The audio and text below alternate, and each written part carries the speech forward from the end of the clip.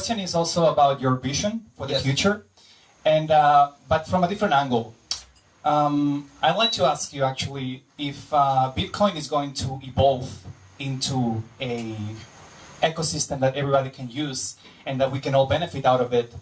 What are, in your view, the potential job opportunities for any people of any walk of life that can also benefit in the future? Because any new invention comes along with benefits for whoever wants to take advantage out of it. Yes. And in your view about Bitcoin, I just want to understand what's your view about Bitcoin and the job opportunities that can offer to whoever is really deeply involved and interested, and perhaps not just about becoming a programmer and a coder, which would be very beneficial, but maybe just a bit beyond that vision as well. Absolutely. Yeah.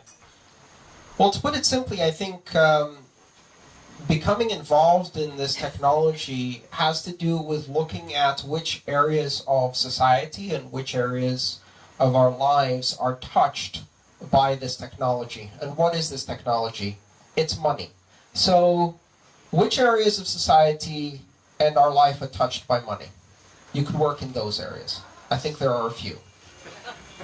Everything, absolutely everything, is affected when you change one of the most fundamental technologies, when you change the language of money.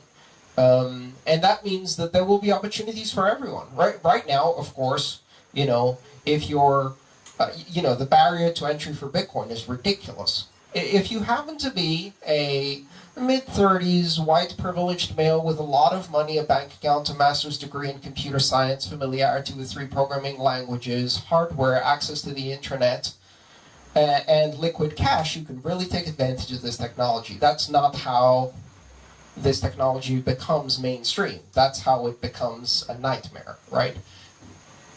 But look around you here. This is probably one of the most diverse audiences I've spoken to in the past few months, and you see that as things become more interesting and Bitcoin gradually becomes more heard in the mainstream, more and more different people show up. So when I went to the first few meetups and I met with people, they were weird, like really, really weird people came to these things. Because, I mean, who jumps onto this weird, quirky technology that's really only for programmers? A lot of the edgy libertarian community, yeah, very, very weird. But it's getting less weird with time, right? And when I was talking to people in the beginning, I'd say, have you heard of Bitcoin?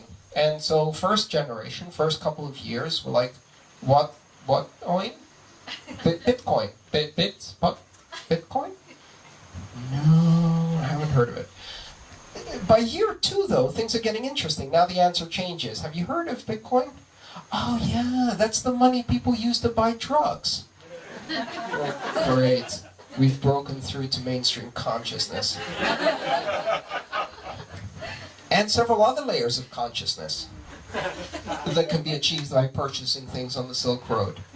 But, you know, gradually the audience is changing, and then suddenly, over time, you start meeting people in this space who strike you as very normal. You know, I'm starting to meet people at meetups, and I ask them, what do you do? Are you a programmer? Do you work in the space? No, I'm a dentist. No, I install air conditioners. No, I'm a hairdresser. And this is happening to me all the time. So now, these people are still involved in wealth preservation, investment, fascinated by the technology, internet trends and fads, or something like that. But gradually, you know, they start accepting it in their business and they start using it. Maybe they do some more investment in it, etc., and they get involved. I think we're now at the stage where this industry requires a lot broader approach. You can write the code, but no one can bloody use it because the user interfaces suck. So, who's a graphic designer in this room? We need you. Who's a user experience and user interface designer in this room? We need you. Who does marketing? Sales. Customer service.